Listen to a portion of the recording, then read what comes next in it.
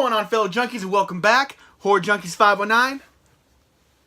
Oh yeah. Kyle the 13th coming at you again, you guys, and I want to welcome you to the very last episode of the Junkie Movie Reviews, the Alphabet series, because yes, that is it. I'm finally at the letter Z, you guys. This will be the last review for the Alphabet series. No, the Junkie Movie Reviews is going nowhere, but now my future is open for business because I will start reviewing movies that you guys want me to review. I definitely want to start reviewing newer movies because I feel like that would bring a little more attention to my channel, but I will keep doing these older movies if you guys want me to. Let me know what you guys want me to review because I'd be happy to do that. I've had plenty of requests so far, and some of these movies I gotta go buy, and some of them I gotta remember. So I'm gonna have to go look through some comments, and I'm definitely down to do that because I'm excited, because something I did not realize until just now. This series took over 2 years. I did the Junkie Movie Reviews, the Alphabet series, letter A, 2 years ago in May. And that alphabet starting with A, it was the American Gothic, and I just rewatched that video, and I have definitely come a long way. I will definitely say that. But, you know, it's fun to go back and rewatch all those old videos. If you guys are wanting to watch some of these old ones, I have them all in a playlist, so if you guys want to check out A through Z, definitely go ahead and do that. But other thing I'm going to be coming up is I want to do another Franchise Fridays. It's the summer, so I've definitely got to pick a summer franchise. I'm not telling you what that is because I don't know what it is yet. But let's go ahead and get right into this review, you guys. Honestly, I could have sworn I had a few more movies that started with the letter Z, but apparently I only have 2. But in this case, it really made it a lot easier for me because the one I'm not reviewing is one I don't really care for, but it's in the collection nevertheless. So what am I reviewing? I'm going to go ahead and review 1979's Zombie. And now, this movie, it says it right in the case, and I 100% agree with it. It says, belongs in every horror film collection. And I cannot disagree with that. And mine is a Blue Underground edition, because I am a little bit of a Blue Underground junkie, but what can I say? They put out some good stuff, but I also like Scream Factory, I also like Arrow, you know, but just Blue Underground was the first one I found when I was first starting my big old horror collection. But let's go ahead and get right into this review before I keep rambling, and I keep you guys here for too long. Because I know some of you guys watch me right before you go to work, and I don't want you to be late. I'm a punctual guy. Alright guys, to go ahead and get right into this movie was directed by Lucio Fulci. If you guys need more of an introduction to that guy, go watch his movies. You will recognize him from movies like City of the Living Dead, The Beyond, and The House by the Cemetery. And I will say, City of the Living Dead and House by the Cemetery, I have reviewed those before in an old series I used to do called the Gory Details. Me and Jeff reviewed them. Those are very old videos, so if you definitely want to see some very young Horror Junkies 509, go ahead and check that out. Me and my buddy Jeff reviewed those. But, you know, we live and learn. Definitely probably need an upgrade someday, but who knows? Maybe the Gory Details will return someday. Who knows? Alright guys, but like I said, Lucio Fulci needs no introduction because he's one of the biggest horror directors in the world, and he makes great movies. Like, I will say that. One of our recognizable faces, her name is Tisa Farrow. Good chance I butchered that, but she is definitely a little foreign because that's the kind of movie she does. A movie that she is in that I also have and have watched that I have enjoyed is Anthropophagus. Anthropophagus. One of those is right, I think. But it's also known as The Grim Reaper. Good, kind of a cannibalistic movie. It's awesome. I really enjoy that one as well. So to go ahead and get into the plot of this movie, kind of an easy plot, but you know what? It's a good one nevertheless. Basically, there's an abandoned boat floating through the bay in New York City, so they kind of track it down. The cops get on the boat, and they are looking through it, trying to find anybody on there. As they're looking through it, a door opens up, and a zombie pops out and bites the neck of the cop. They track down the owner of this boat, but they can't find him, so they find his daughter. And so they're kind of giving her the once-over, making sure that, you know, where's your father? She doesn't really know. Last time she heard he was going to this island and blah, blah, blah, blah, blah.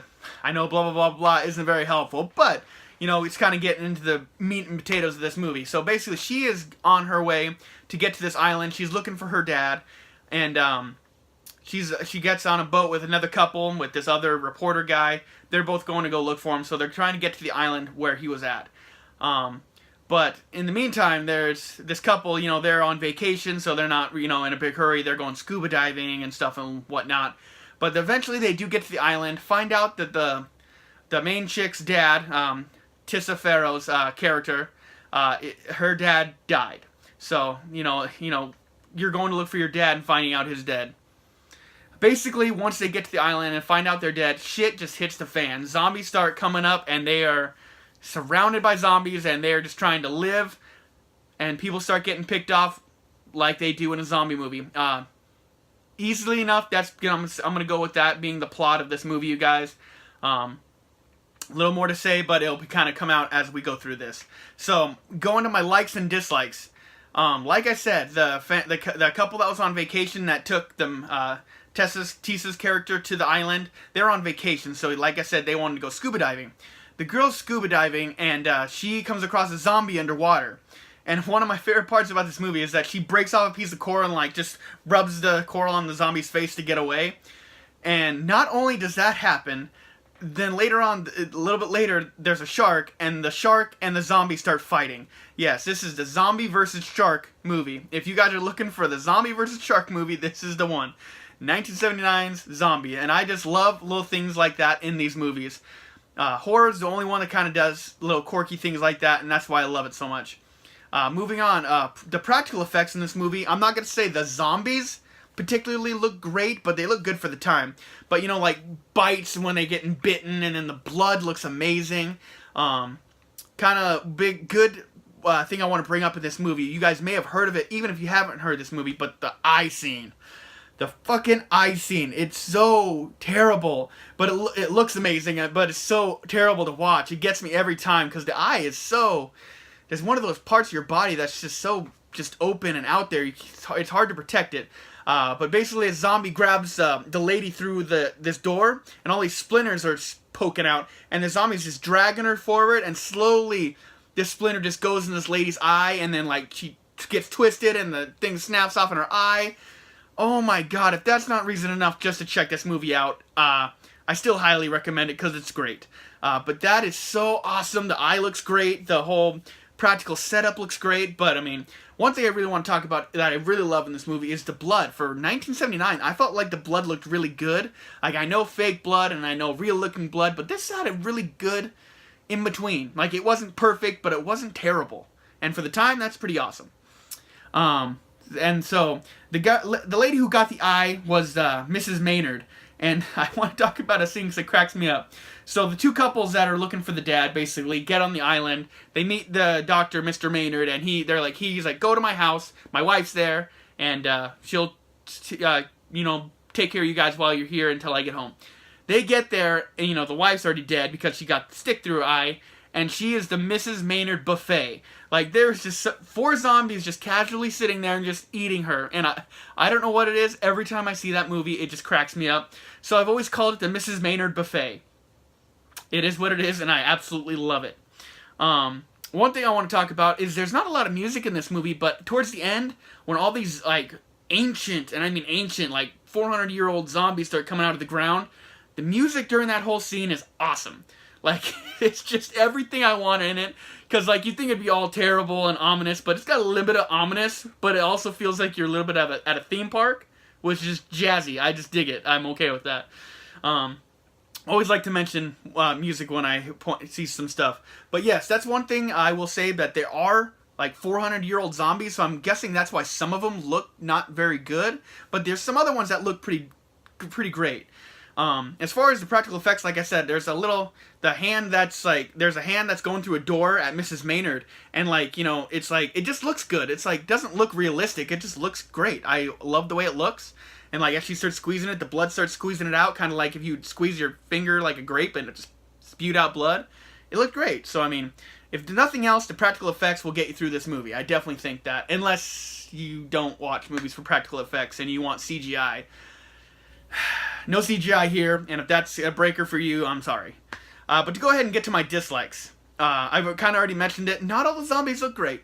The really 400-year-old ones are really stone face. It doesn't look like their mouths are gonna move, but their eyes will open and stuff like that. I don't know what a 400-year-old zombie looks like, but I guess I can't say it's wrong, but I just don't think it looks very good. I think they could have done a little bit better, but sue them. I think for 1979, this was a great job. And something funny about this movie is there is a zombie series. Like in some other countries, this is known as Zombie 2. I don't know if I'm completely right about this, but I believe the original Dawn of the Dead is Zombie 1. And then they have, and so this will be 2, and they have 3, 4, and 5, which I have not seen yet, which I want to. I haven't heard great things about all of them, but definitely gonna be getting those movies at some point. If you guys know anything about those ones, let me know down in the comments, and let me know if I'm right. I believe it's the original Dawn of the Dead is Zombie 1, and this is Zombie 2. Could be wrong, but that is my review on Zombie 1979 by Lucio Fulci. So what am I gonna go ahead and rate this movie out of 10? My last rating for the Alphabet series. And I don't ever plan on doing an Alphabet series again. If I ever do a series like this, it's going to be shorter. I will say that. What am I going to go ahead and rate this movie? I'm going to give it a lot of credit for the time. I'm going to go ahead and give this a 9. I really love this movie. On IMDb, I think it's got like a 6 out of 10. But I believe that's just because a lot of people that aren't into these zombie movies, horror movies, are watching it and rating it. So they're not going to like it, but I think this is a perfect movie for any horror movie fan, any zombie movie fans particularly, but just be patient with it, you guys. One cool thing I do want to mention at the end is like when they get back, because you know that zombie was in the boat, that pretty much the zombies are starting to take over New York, so I don't know if that has a connection with part 3. I think that would be kind of cool. But if you guys know anything about them, let me know. I'm stoked to buy them. I'm probably going to buy them either way, good, bad, or the ugly, I guess. But that's going to do it for my review on 1979 Zombie, you guys. The Alphabet series is over. Deep breath. And I am no longer chained up to this series. I'll probably still have the chain on just because it's kind of my thing. You know what? Matter of fact, let's just put that back on there because I like it. So that's going to do it for me. Horror Junkies 509, Kyle the 13th, signing out. Just until next time, you guys, and you already know it, I've been sentenced to life. I'm a horror lifer. And you guys have a killer day.